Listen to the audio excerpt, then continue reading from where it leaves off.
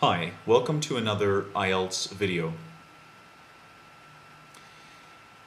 In this video, I would like to address a problem that is common among IELTS candidates, and that is what to do when you start writing your essay and you can't think of true-to-life examples to support your argument. If you find this video helpful and you would like to watch more, visit my blog at IELTSIELTS.com, and to interact with me and other IELTS candidates, come join the forum at IELTSnetwork.com. To help demonstrate a case study in today's lesson, we are going to use the following essay question. In your opinion, what environmental problem poses the greatest risk to humanity? Suggest ways it can be solved. So this question would be responded to using an argument essay structure. We would state what the environmental problem that we believe is the greatest risk to humanity in the introduction paragraph, and then we would use the two supporting paragraphs to suggest ways that this problem could be solved. So let's go through the motions that we would exercise when in the examination room. So we see this question, we've decided that we are going to write an argument essay, and now we need to decide what specific environmental problem we are going to focus on in the essay. So for the sake of today's lesson, let's go with unsanitary drinking water, or maybe we could word it growing rates of unsanitary drinking water. Okay, that's the main problem we're going to look at. Now, what we are doing in the body parts of the essay is suggesting ways that this problem can be solved. So, so in the few minutes before we actually start writing, we want to brainstorm and have an idea about where the essay is going to go, where it's going to progress to, what we're going to write about. So we want to come up with two ways that we're going to argue this problem can be solved. So let's say that maybe the first way could be making it easier for people to open lawsuits against companies that pollute water. So basically, maybe having governments empower people and allow them to take on rogue companies more easily. Okay, so maybe we could say that that's our first supporting point. So make it easier for people to open lawsuits against companies that pollute. Okay, and then perhaps supporting point two could be something along the lines of holding companies accountable for their actions, and perhaps we could do this by forcing companies that work near sources of drinking water to have regular meetings with the communities that exist around those areas and that consume that drinking water. So something like hold companies accountable through community meetings. Okay, so these are going to be the two positions that we're going to take. These are going to be the two ways that we're suggesting that that unsanitary drinking water can be improved, or rates of unsanitary drinking water can be improved. Okay, now as we're mentally preparing to write the essay, so we've come up with the two positions. We also want to sort of start to think about what sort of examples could we use. And as I've shared in earlier videos, the best sort of examples are those that you connect to true life, that are examples from the real world. It adds a certain weight to your argument. It's difficult for the examiner or the reader to read your essay and to disagree with you if you're using true-to-life examples, because you're showing, okay, this is my position, and look, this example exists in the real world, and thus I can conclude, you know, X, Y, Z. Okay, so there's a logical progression to what you're saying. Now, as I said in the beginning of this video, so today we're looking at what do we do when we can't think of fitting examples, of fitting real-world examples to support these points. So in this situation here, perhaps we can't think of an actual example in the real world where governments have made it easier for people to open lawsuits against companies that pollute. Okay, and in these situations, my advice to you is to make up an example. So to just pull an example from your head. Now when I say that, this is within reason, so of course you don't want to make up an example, you know, that is, that perhaps goes against something that is very widely known. I mean, for example, you wouldn't want to say that there was some example about World War II starting in 1990 or something like that. But if you're kind of generally just sort of talking and referring to a country or a company or this or that, your examiner is not really going to look into how true your example is. It's not a polygraph test. It's a test of how well you can communicate a message in English, right? So it's okay to make up an example here and there. Just so long as it's not too outlandish. So let's say that our example here could be something to do, I'll pull an example from Canada, okay? So perhaps the example could be that,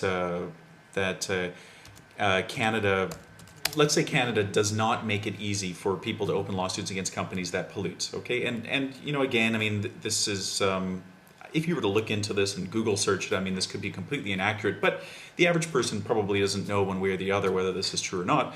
You know, we could probably squeak by with this on our IELTS exam. So Canada should make it easier for the above. And this would, you know, these are very quick notes that we're making to ourselves in the first couple of minutes when we're in our examination, just to kind of give us some framework that we can work from when we go to write our IELTS essay.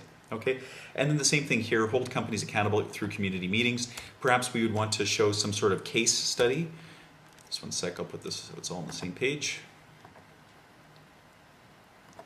So, you know, I might share an example about Scandinavian countries, and I might say that, well, in Scandinavian countries, there are laws in place that you know, push companies to report to the communities that they're operating around, and for the sake of this essay, specifically companies that work in and around sources of drinking water, okay, that they have to report. Now, I honestly don't know if that's true one way or the other, and I'm assuming that the examiner probably isn't going to, you know, look too deeply into it either. But so long as we write in a convincing way and share the example in a convincing way, this is really just, you know, the essay is a test of your writing. It's not so much a test of your ability to tell the truth all the time. So let's say that the example could be something about, I don't know, it's sort of a case study we'll do. So Scandinavian countries, let's say, I don't know, have implemented, let's see, legislation that forces companies operating around sources of drinking water to disclose their operations, something like that. Very, very general. When we get into writing the essay itself, we'll talk in much more specific terms. Okay. So now I want to write the essay from start to finish, and you have to bear with me because I haven't prepared too much ahead of time. So we're just going to kind of pull this from my head as we go along. But we're going to use these two examples and these two suggested ways to counter the problem of polluted drinking water in our essay. Okay, so let's just go back up real quick and read the essay question once more so we've got it nice and clear in our minds. So in your opinion, what environmental problem poses the greatest risk to humanity? Suggest ways it can be solved. Okay. Okay, that's very straightforward. So we're going to start our essay with a background statement. Okay. And so if we're talking about environmental problems and we want to at some point get specifically to the problem of polluted drinking water, perhaps the first sentence could be something sort of general about the state of the environment in the modern world and how things are I mean, you know, we could say they're not looking very good, that things are perhaps kind of grim to an extent. So let's say something like the environment, environment today is threatened by many factors. Okay, something kind of just general. I mean, we're not specifically talking about water yet, and that's fine because we're leading the reader into our specific niche for this essay. So now we can use some transition language, maybe. However, among the most concerning is polluted drinking water. Okay, so the environment today is threatened by many factors. However, among the most concerning is polluted drinking water. And concerning, we're referring back to these factors. Okay, now we've narrowed it. We're talking about drinking water. Now let's be even more specific and let's say unsanitary drinking water is a growing global problem that impacts the health of millions of people and on a daily basis, let's say. Okay, so now we're being very specific. This is precisely the area we want to look at in the essay. This is the problem that is most pressing for humanity. Unsanitary drinking water is a growing global problem that impacts the health of millions of people on a daily basis. Okay, now we need some sort of sentence, the outline sentence, to kind of perform the function of declaring an outline for the essay. So let's say this essay will suggest 2 viable ways of improving the situation. And if you wanted to be more specific and state the 2 ways that we had brought up before, you could. I'm not going to do that here, but so basically the examiner will read through this introduction paragraph. They know exactly where you stand on the situation, what you feel is the most serious and pressing problem for humanity as far as environmental problems go, and they know that there's going to be a certain that you're going to go over 2 ways of improving the situation, which fulfills the instruction words in the question, which suggest possible solutions for this problem. Okay, so now we're going to get into our first supporting paragraph. Now, because we've done a little brainstorming before we started writing, I feel a certain confidence. I feel like I already know what I'm going to say. We're not writing off of the cuff here at all. This is something that we've kind of had some brainstorm about and some pre-thinking about. So let's get to the first point, which we said governments should make it easier for people to take on companies if these companies perform improperly. So firstly, governments should uphold, let's say, strict penalties for companies that fail to operate in environmentally friendly ways, let's say. Okay. Now, as I mentioned, you're going to talk about Canada, and in countries like Canada, for example, please notice my use of commas, the government, let's say, should loosen regulations that restrict the capping of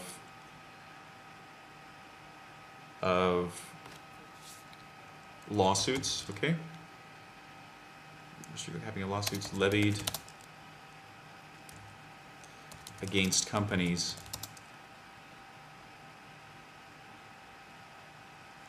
with practices, let's say, that harm the environment. Just let me scroll up and make sure that we're not repeating any vocab here. So I'll tell you what, I'm going to put this onto a new page. Okay. So firstly, governments should uphold strict penalties for companies that fail to operate in environmentally friendly ways. In countries like Canada, for example, the government should loosen regulations that restrict the capping of lawsuits levied against companies with practices that harm the environment. Okay, and now we could leave it like this.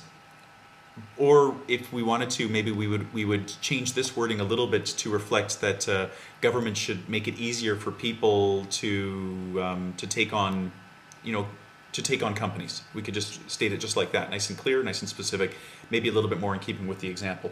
But this topic sentence works fine. Okay, now, so here I've made up an example. I actually don't know if this is true or not in Canada, and that's fine. It's something that it helps to support my point. And the examiner understands. I mean, you're in the exam room. You don't have access to a library. You don't have access to Google. You don't have access to anything except your mind. So, you know, pulling, you know, true to life examples is going to be a difficult affair. Now we want to discuss this example, and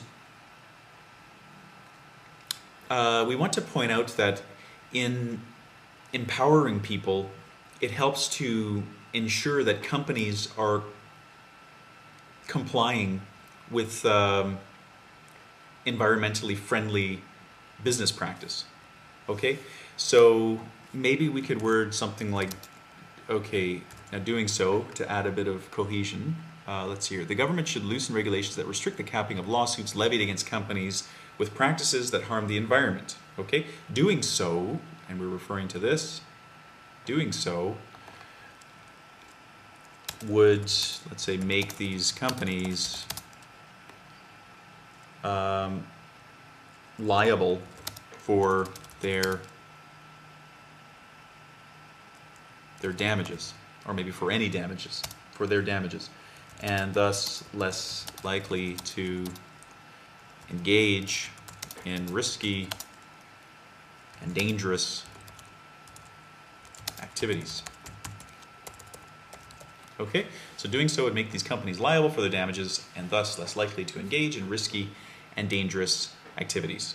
Okay, so just providing a bit of discussion, we're showing how the example in Canada, which is, we're saying that Canada has a bit of a problem. If they were to change this, then this would you know, help set the stage for cleaner drinking water. So we've discussed the example here. Now we want to draw some sort of conclusion, and we want to tie this conclusion back to the central idea that this course of action would be a fitting suggestion to the problem that we've outlined in the introduction paragraph, which is unsanitary drinking water. So such increased penalties, we might say, would act as a tremendous, perhaps a step towards improving the world's drinking water. Okay? So just have a look at that sentence there. Such increased penalties, or perhaps even we would say such, you know, such empowering of people. You know, that would be a good way to word it as well. But anyway, such increased penalties would act as a tremendous step towards improving the world's drinking water. So we're linking this back to the main theme of the essay. And we're stating very clearly to the examiner that this is a viable suggestion to the problem, right? And don't forget that that is the main thing in the essay question, is providing suggestion to the problem. Now, let's go to the second supporting paragraph, and I'm just going to go back up to remind myself of what that supporting point was. Right, okay, hold companies accountable through community meetings. And we were going to share an example of Scandinavian countries have implemented legislation that forces companies operating around sources of drinking water to disclose their operations. Okay. Okay, so hold companies, okay. So, let's see. So we might want to use a word like transparent. Transparent is a good way of describing making something easy for everyone to see. Accountable is a great word too. We're going to include these here somehow. So secondly, companies must be transparent, or made transparent, but transparent is fine too. And perhaps, you know, declaring to the world, so in public, when reporting of any possible contaminants, that contaminants, how have I spelled this wrong here? That have leaked, we could say, or not for sure, that may have leaked into a water supply, let's say. Okay. Secondly, companies must be transparent and public when reporting of any possible contaminants that may have leaked into a water supply. Okay, and we might even frame this differently and say made transparent and public, because you know, the companies themselves, companies are companies, they're chasing profits, and it's more the law that has to kind of coax them into doing the right thing. Okay, now let's suggest perhaps something like mandatory meetings. So companies, they must meet with the communities, as we were saying earlier in this video. The communities that live around these sources of drinking water, they must disclose their operations to these communities. They must disclose any testing that they've done, these sorts of things. So a bit of cohesion here. Companies must be made transparent and public when reporting any possible contaminants. Okay, this can be achieved. Okay, so this, what are we referring to? We're referring to the idea that was brought up before, a bit of cohesion, by making community meetings mandatory for all companies that operate near a source of drinking water. Let's see, does this make sense? This can be achieved by making community meetings mandatory for all companies that operate near a source of drinking water. Okay, now we come to the point where we want to share a true-to-life example, and I don't know a true-to-life example of this.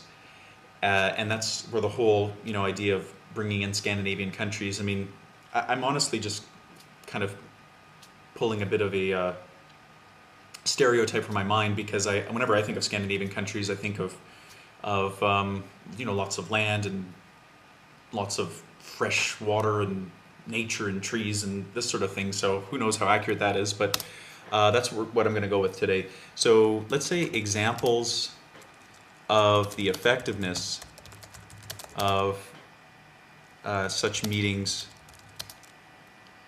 can be seen in several Scandinavian countries, and I mean, you could be even, you know, more specific. It can be seen in Sweden, or can be seen in whatever.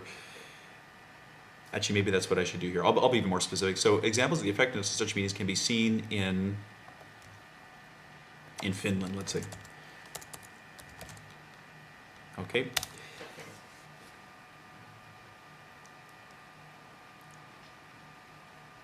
In Finland, and let's just expand this a little bit further.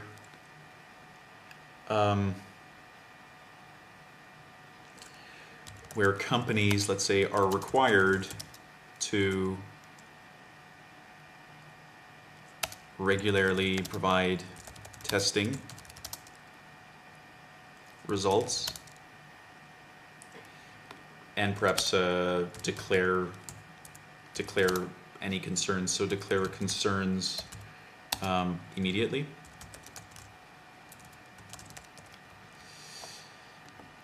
Okay. So examples of the effectiveness of such meetings, again, piece of cohesion linking back to the sentence prior, can be seen in Finland, where companies are required to regularly provide testing results and declare concerns immediately. Now, as I've said several times, I have no idea whether this is true for Finland or not. It probably is true, but it's a complete assumption, and it supports our position quite well. So, as Finland is known to have some of the highest quality drinking water in the world, again, I have no idea whether that's true, the merits of forced company accountability are clear. So here, you can see that we're kind of wrapping everything up. We're tying it back to the central theme of the essay. And we're using the example to show that this works in Finland. It could work for other countries as well. So basically the evidence is providing, is making it clear that this course of action could be a very positive one for the world at large. Okay, so the merits of forced company accountability are clear. Okay, now we get to the conclusion paragraph. And we want to, again, very quickly summarize what we've said in the essay. So just going to remind myself here, the first point was to make it easier for people to take action against companies. And the second was holding companies accountable through community meetings. And then we want to state our sort of position again, maybe not as strong as in the introduction, but just state that that we feel that unsanitary drinking water is the world's most major environmental problem at the moment. And then we want to share some sort of closing, which I usually like to use a recommendation or a prediction. I find this is a nice way to sign off. It sort of, it leaves the reader in a comfortable place. It allows you to be positive as well, which is kind of a nice way to close your essay, especially when you're talking about something negative like environmental pollution. So perhaps we would start with something like, as this essay has shown, the threat of polluted drinking water can be countered. Maybe we might even say here, the threat of polluted drinking water is a very major concern and can be countered by using fines, or by perhaps empowering, it's a good word to use that we haven't used yet, empowering, by empowering the legislative power of people. Oh, I've used power twice here. Okay, by empowering the legislative ability of people, and mandated meetings to hold companies, accountable for their actions. Okay. And let me just get this onto a new page so it's nice and clear. Okay. So as this essay has shown, the threat of polluted drinking water is a very major concern and can be countered by empowering legislative ability, the legislative ability of people, and mandating meetings. And sorry, I'm doing so much editing here, but just a few things are popping out to me. Mandating meetings that hold companies accountable for their actions. Now we want to finish with some sort of, perhaps a prediction. We might say that this is a course of action that we hope will be exercised the world over in the future. So it is hoped, let's see, these strategies, again, little tiny, cohesive devices that your examiner will note. So don't forget to include them. It is hoped these strategies are increasingly put into practice in the foreseeable future, which is a word I like very much when closing an essay. All right. So that is an essay from start to finish. I will include a text version of this in the comment section of this video if you'd like to just kind of see the essay as one large cohesive unit. So I hope that helps to clarify a couple of strategies that you can follow if you get into the situation where you can't think of a true-to-life example. Thanks very much for watching, and have a nice evening.